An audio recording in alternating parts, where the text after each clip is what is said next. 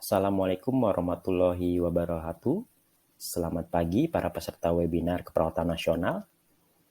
Pertama-tama saya mengucapkan terima kasih kepada Dekan Fakultas Ilmu Kesehatan, Fikes UPN Veteran Jakarta, para wakil dekan, kepala jurusan perawatan, kepala program studi profesi nurse Fikes UPN Veteran Jakarta, para narasumber, dan para panitia mahasiswa profesi nurse tahun 2021.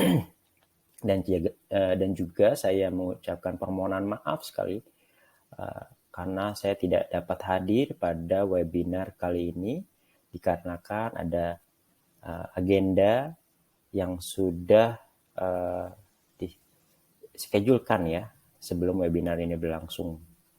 Ya. Tetapi para panitia tetap untuk meminta pada saya memberikan materi ya, walaupun memang sifatnya dalam bentuk video ya. Dan saya berharap video kali ini yang saya sampaikan dapat bermanfaat kepada para peserta sekalian.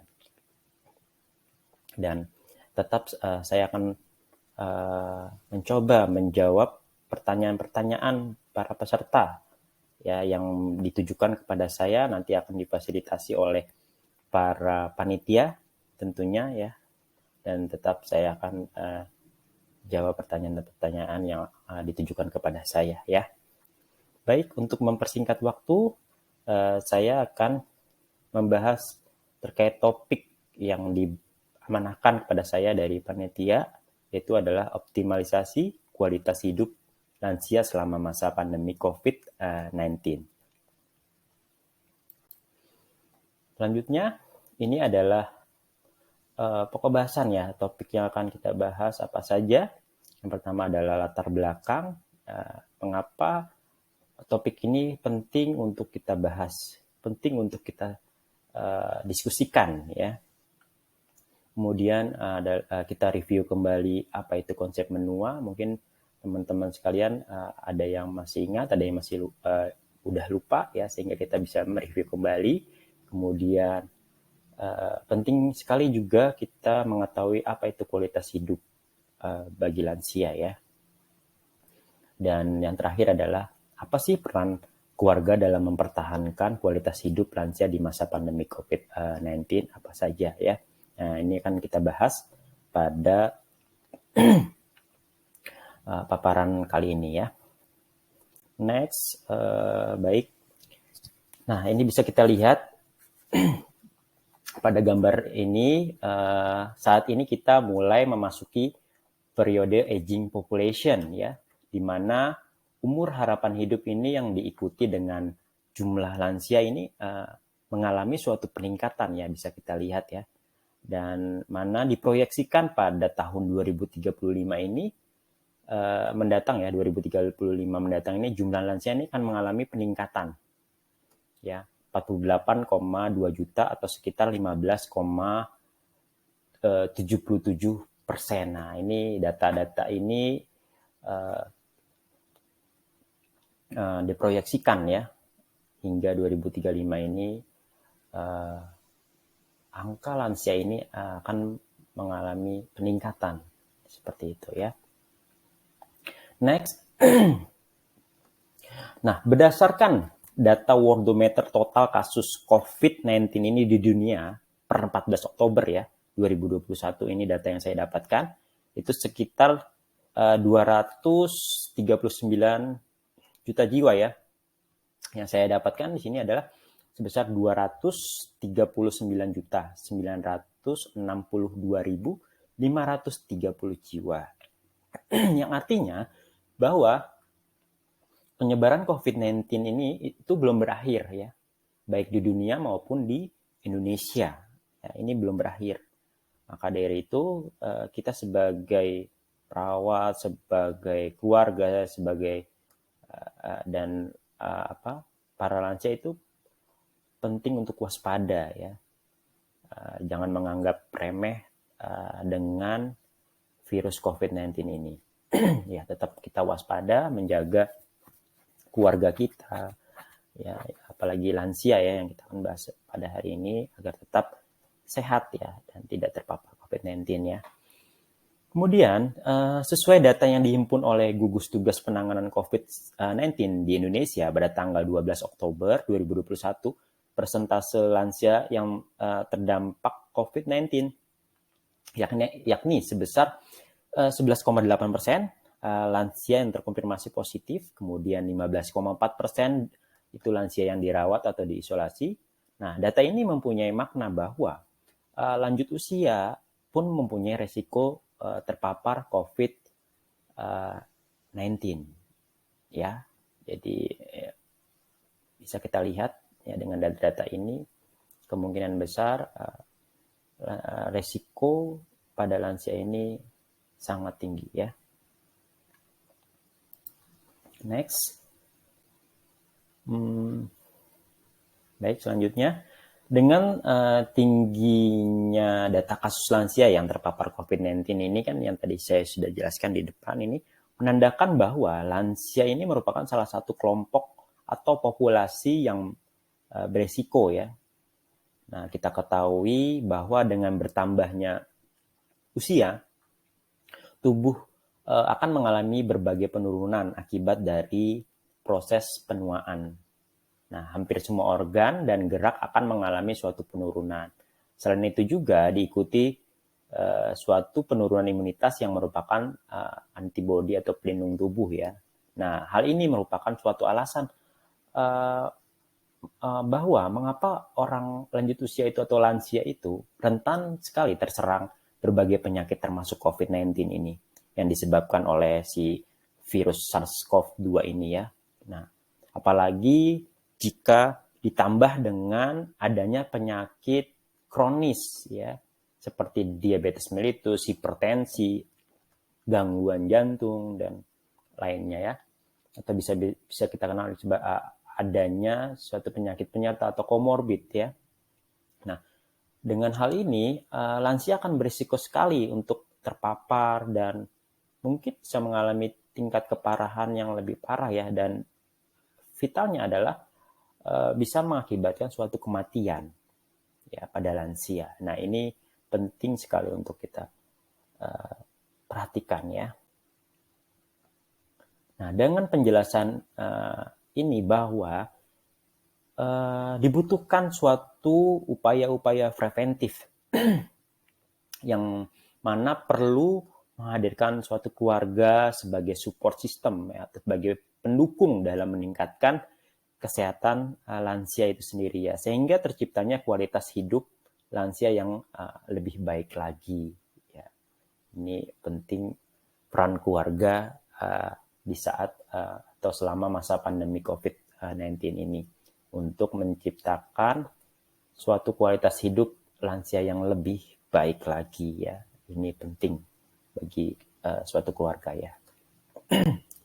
Selanjutnya kita masuk kepada konsep menua ya. Nah, kita mereview kembali.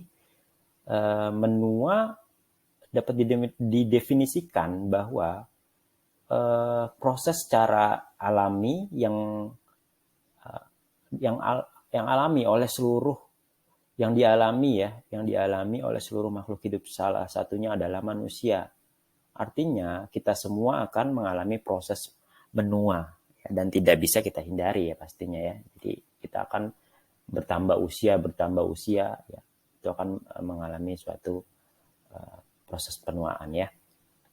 Nah, berdasarkan Undang-Undang Nomor 13 tahun 1998 tentang kesejahteraan lansia dapat didefinisikan bahwa seseorang yang usianya telah mencapai 60 tahun ke atas itu dapat dikatakan sebagai lansia. Tapi ada juga pendapat lain. Berdasarkan Biro Pusat Statistik ya, pada tahun 2012 bahwa lansia merupakan seseorang yang telah mencapai 65 tahun ke atas. Itu bisa dikatakan lansia ya. Berarti kalau secara umumnya range-nya itu 60 hingga 65 tahun ya. Umumnya ya. Ini bisa dikatakan seseorang sebagai suatu atau sebagai lansia ya. usia-usia tersebut. Next, baik, lansia pun dapat dikelompokkan menjadi 4 ya. Ini berdasarkan atau menurut si Tauhi dan Jet 2012 ya. Yang mana ada 4 pengelompokan lansia. Yang pertama adalah lansia awal ya, dengan batasan usia 65 hingga 74 tahun. Kemudian lansia pertengahan 75 hingga 84 tahun. Kemudian lansia akhir 85 hingga 99 tahun. Dan yang terakhir adalah lansia elit ya. Ini bila lansia itu lebih dari 100 tahun ya. Ini luar biasa ya kalau sudah sampai lebih dari 100 tahun, bahwa lansia itu sangat baik kualitas hidupnya ya.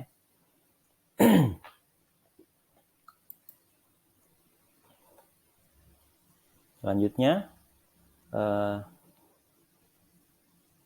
baik, sebelum kita masuk ke penjelasan bagaimana cara agar lansia di keluarga itu tercapai kualitas hidupnya di masa pandemi COVID-19 ini, kita harus mengetahui dahulu apa itu definisi dari kualitas hidup ya. Menurut World Health Organization Quality of Life ya, atau singkat dengan WHO QOL ya, kualitas hidup itu dapat didefinisikan merupakan persepsi individu tentang kehidupan budaya ya. Budaya, apa itu budaya ya? Yang saya tahu adalah kehidupan yang berkembang dan bisa diwariskan ke generasi berikutnya, yaitu katakan budaya ya, dan moral. Nah, moral itu adalah standar perilaku yang berlaku untuk memungkinkan orang untuk hidup secara kooperatif dalam suatu kelompok ya.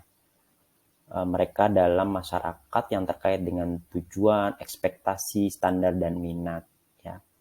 Kalau kita pahami bahwa kualitas hidup itu yaitu adalah pengalaman hidup, kepuasan hidup si lansia, dan kesejahteraan hidup lansia itu bisa dinilai dari hal-hal tersebut. Bagaimana kualitas hidup si lansia itu, apakah baik atau enggak, itu bisa dilihat dari pengalaman hidup si lansia tersebut. Kemudian bagaimana tingkat kepuasan hidupnya, kemudian bagaimana kesejahteraan si lansia tersebut selama hidupnya, itu bisa kita nilai atau bisa didefinisikan dari kualitas hidup ya bagi lansia tersebut. Selanjutnya,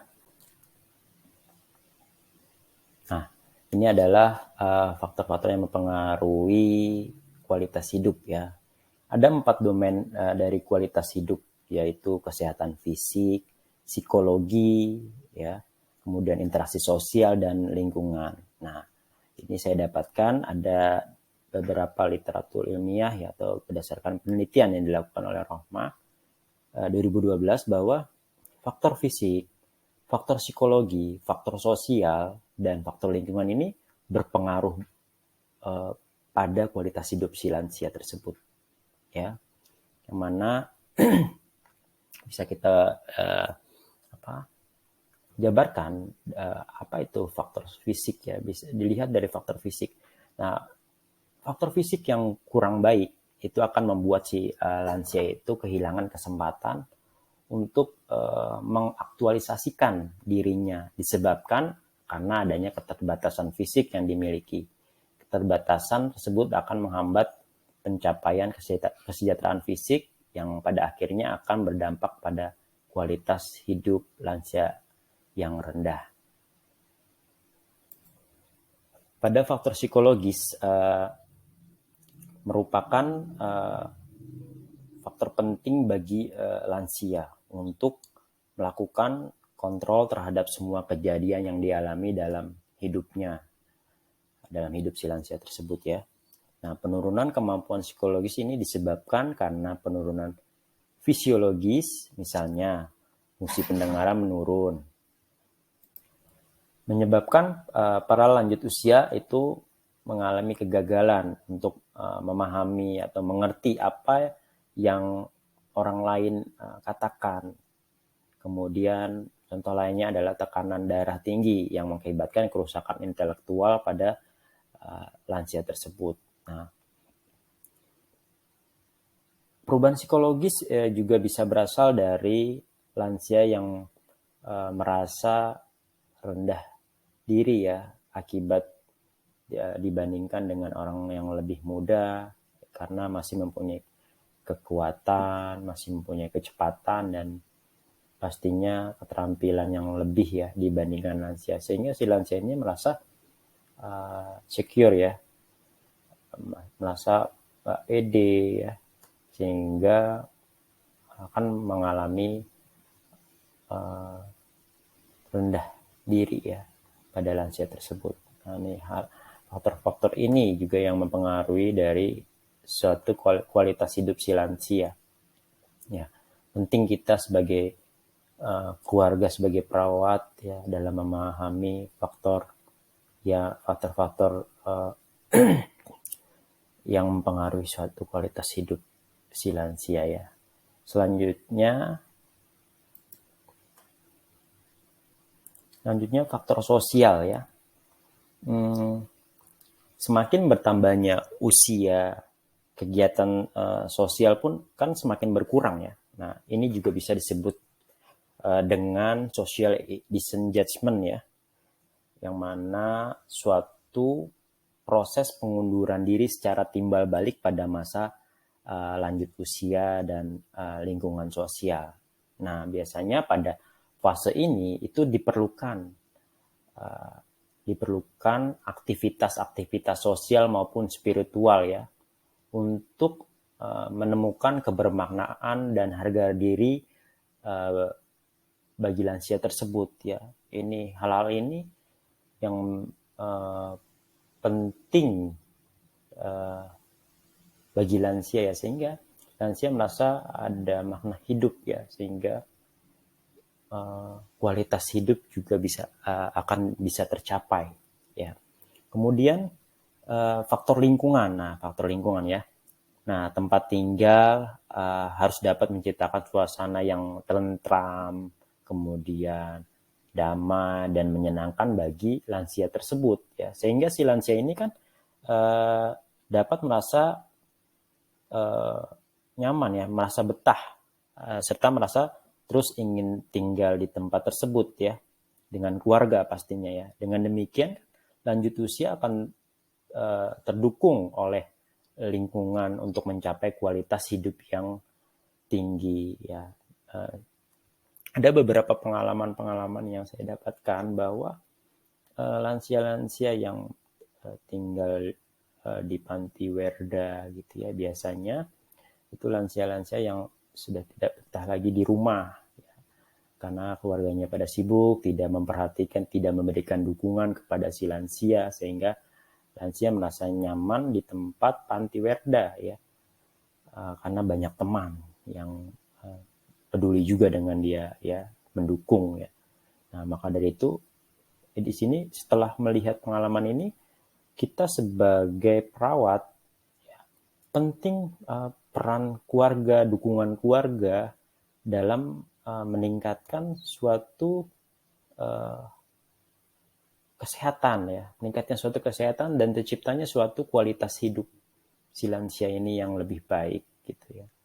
Nah, pengalaman-pengalaman ini yang bisa saya dapatkan juga ya terkait dengan faktor dari lingkungan ya. Nah, maka dari itu faktor-faktor yang mempengaruhi suatu kualitas hidup ini penting untuk kita perhatikan ya, khususnya pada kualitas hidup lansia. Next, selanjutnya, berdasarkan data survei sosial ekonomi nasional ya, atau kita singkat dengan Susenas ya, yang biasanya dilaksanakan oleh Badan Pusat Statistik atau BPS ya. Nah, pada tahun 2019, 88% lansia tinggal bersama 3 generasi ya, atau tinggal bersama keluarga, tinggal bersama pasangan ya. Kemudian 9,4% ini tinggal sendiri dan 2,6% lain-lainnya ya. Sesuai data ini, untuk mengoptimalkan suatu kualitas dan menyelamatkan hidup lansia selama masa pandemi COVID-19, maka penting atau sangat dibutuhkan sekali peran dan dukungan suatu keluarga, ya, sehingga si lansia itu terbantu untuk meningkatkan suatu kualitas hidup si lansia, ya. Nah, penting juga kita memahami dari 4 faktor tersebut, ya. Ya, walaupun memang ada beberapa faktor lainnya, ya, ada dari pendapat-pendapat lainnya ada sampai 6, ya, tapi saya ambil di sini berdasarkan referensi literatur ilmiah itu ada 4, ya, walaupun memang masih sedikit sekali yang membahas terkait dengan peran keluarga juga, ya, untuk meningkatkan kualitas hidup, ya. Baik, next.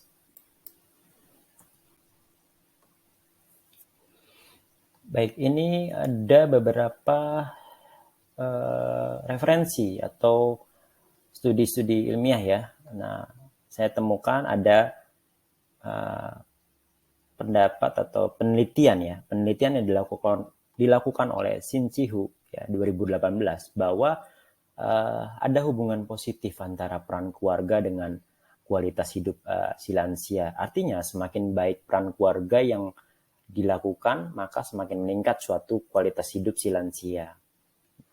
Ada juga studi lainnya, ya, yang dilakukan oleh Site et al. Pada tahun 2020 bahwa selama masa pandemi COVID-19, kualitas hidup lansia itu mengalami penurunan yang signifikan dibandingkan tahun sebelumnya, ya. Maka untuk meningkatkan suatu kualitas hidup 80%, ya, ini data yang saya dapatkan, ya, di literatur tersebut, menggunakan 80% ini si lansia itu menggunakan teknologi untuk mempertahankan kontak dengan keluarga atau teman. Nah, hal-hal ini yang dapat mempertahankan kualitas hidup si lansia. Apabila lansia itu tidak berinteraksi, ya, dengan orang lain, ya, dengan keluarga, otomatis dia merasa sendiri, dan faktor psikologis juga mempengaruhi sehingga bisa mengalami penurunan kualitas hidup, ya, dan hasil, ya, pasti ada progres yang lebih buruk nantinya, ya, akan memperburuk keadaan si lansia, apalagi di masa pandemi ini mungkin saja mudah sekali si lansia tersebut terpapar COVID-19, ya. Dari itu penelitian-penelitian ini menurut saya ini sangat baik, ya, dengan adanya suatu penelitian ini. Jadi bahwa keluarga ini ternyata mempunyai peranan atau peranan keluarga ini sangat dibutuhkan sekali untuk mempertahankan bahkan meningkatkan suatu kualitas hidup lansia, ya, seperti itu, ya. Oke, kita lanjut lagi. Baik, next. Nah, ini adalah peran keluarga, ya, dalam mempertahankan kualitas hidup lansia di masa pandemi COVID-19. Ya, ini ada beberapa dukungan-dukungan dari si keluarga, ya, yang dilakukan kepada lansia selama masa pandemi COVID-19. Ya, ini berdasarkan literatur yang saya baca dari Kemenkes RI 2020, ya.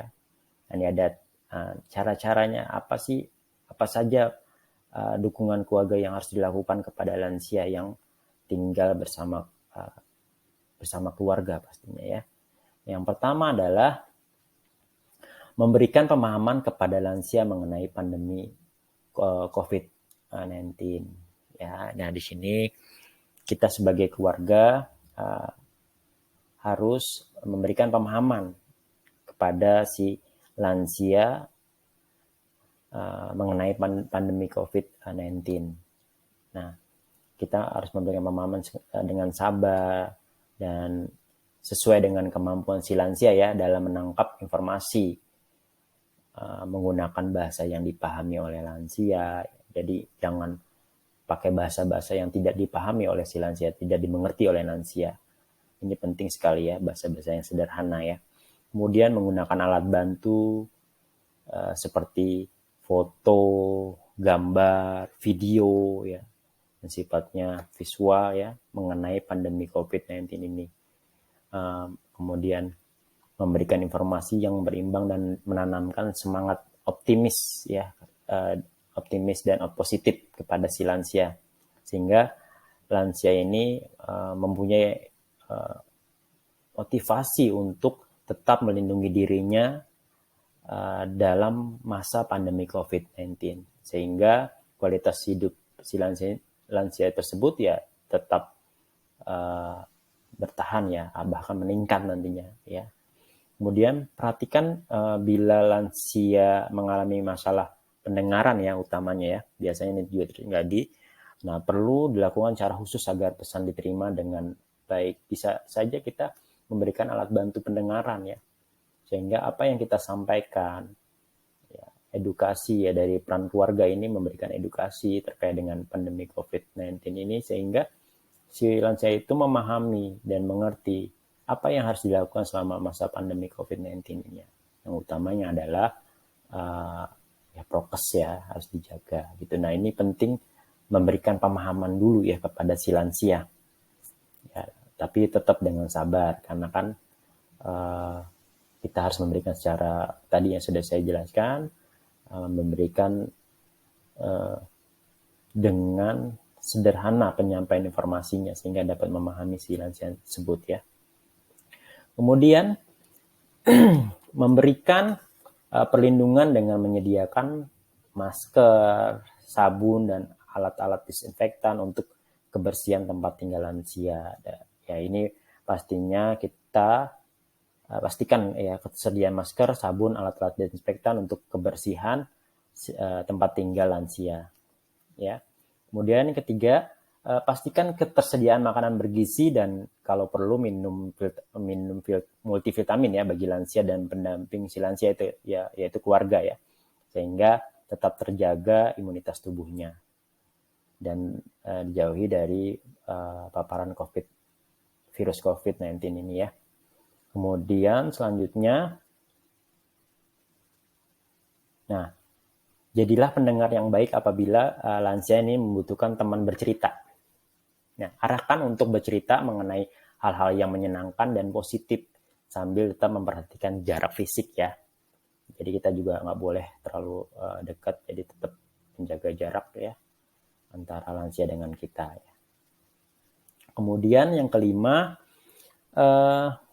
bila mungkin dapat mengajarkan lansia cara menggunakan alat komunikasi jarak jauh ya, seperti telepon seluler, serta menggunakan sarana pertemuan virtual seperti video call, atau menggunakan aplikasi ya, Zoom, ya, Skype, Cisco Webex, dan aplikasi lainnya ya, yang membantu komunikasi antara lansia dengan teman, dengan keluarga lainnya, sehingga si lansia itu merasa dirinya itu bermakna ya, ada kepuasan hidup. Nah, disitulah si lansia dapat mempertahankan kualitas hidupnya ya.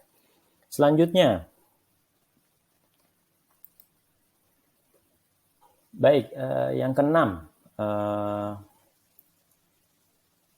mendukung lansia untuk melakukan aktivitas fisik dengan memanfaatkan video tutorial. Nah, di sini kita sebagai keluarga itu penting untuk mengajak atau menemani dan mendukung lansia tersebut untuk melakukan senam atau latihan fisik ya, dengan memanfaatkan video tutorial senam ya, dan ya hal sejenisnya lah ya, yang membantu si lansia ini untuk dapat melakukan aktivitas fisik dalam menjaga kebugaran tubuh, sehingga si lansia itu tetap terjaga kesehatannya ya. Jadi penting sekali untuk melaksanakan aktivitas fisik ya. Next. Oke, yang ketujuh. Kita sebagai keluarga itu juga harus mengetahui hobi lansia ya. Dan fasilitasi si lansia ini agar dapat melakukan hobinya di dalam rumah ataupun di sekeliling atau di halaman rumah. Nah, ini penting sekali kita sebagai keluarga ya dalam mengetahui hobi lansia dan pastinya mendukung ya atau memfasilitasi lansia tersebut. Ya, yang terakhir adalah memotivasi si lansia itu agar tidak takut untuk divaksinasi sehingga lansia mau untuk divaksin, ya, mau untuk divaksin dan bisa mendapatkan vaksin untuk mempertahankan kesehatan si lansia tersebut, ya, dan melindungi dari virus COVID-19, virus SARS-CoV-2 ini, ya. Ini yang terpenting, ya. Kemarin ada sebelum ini ada juga terkait dengan edukasi, ya, yang dilaksanakan ya bulan kemarin, ya, dengan para lansia, ya, yang mana ada beberapa lansia yang masih takut dengan vaksin sehingga diberikan edukasi dan memahami. Alhasil semua lansia di Posbindu tersebut, ya, yang diberikan edukasi itu sudah semuanya vaksin, ya. Dan saya berharap kepada lansia-lansia tersebut terjaga kesehatannya dan meningkatkan kualitas hidup si lansia tersebut, ya. Baik, ini referensi yang saya dapatkan, ya. Saya dapatkan sehingga saya share pada materi ini, ya. Terima kasih atas perhatiannya dan kerjasamanya. Semoga materi yang saya sampaikan, yang saya share dapat bermanfaat untuk para peserta semua, ya, dan juga bagi saya pribadi, ya, pastinya sebagai perawat maupun sebagai keluarga, ya, yang memiliki lansia di keluarganya, apa yang harus dilakukan, ya. Baik, apabila ada pertanyaan yang ditujukan kepada saya, nanti bisa disampaikan kepada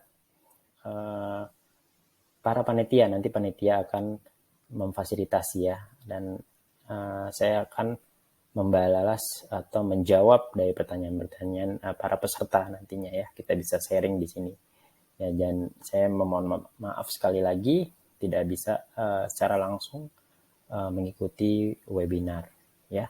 Kurang lebihnya saya mohon maaf apabila ada tutur kata yang atau hal-hal yang mungkin sedikit salah dari saya, mohon dimaafkan. Kurang lebihnya saya mohon maaf. Sekali lagi, wabillahi taufiq wal hidayah. Wassalamualaikum warahmatullahi wabarakatuh.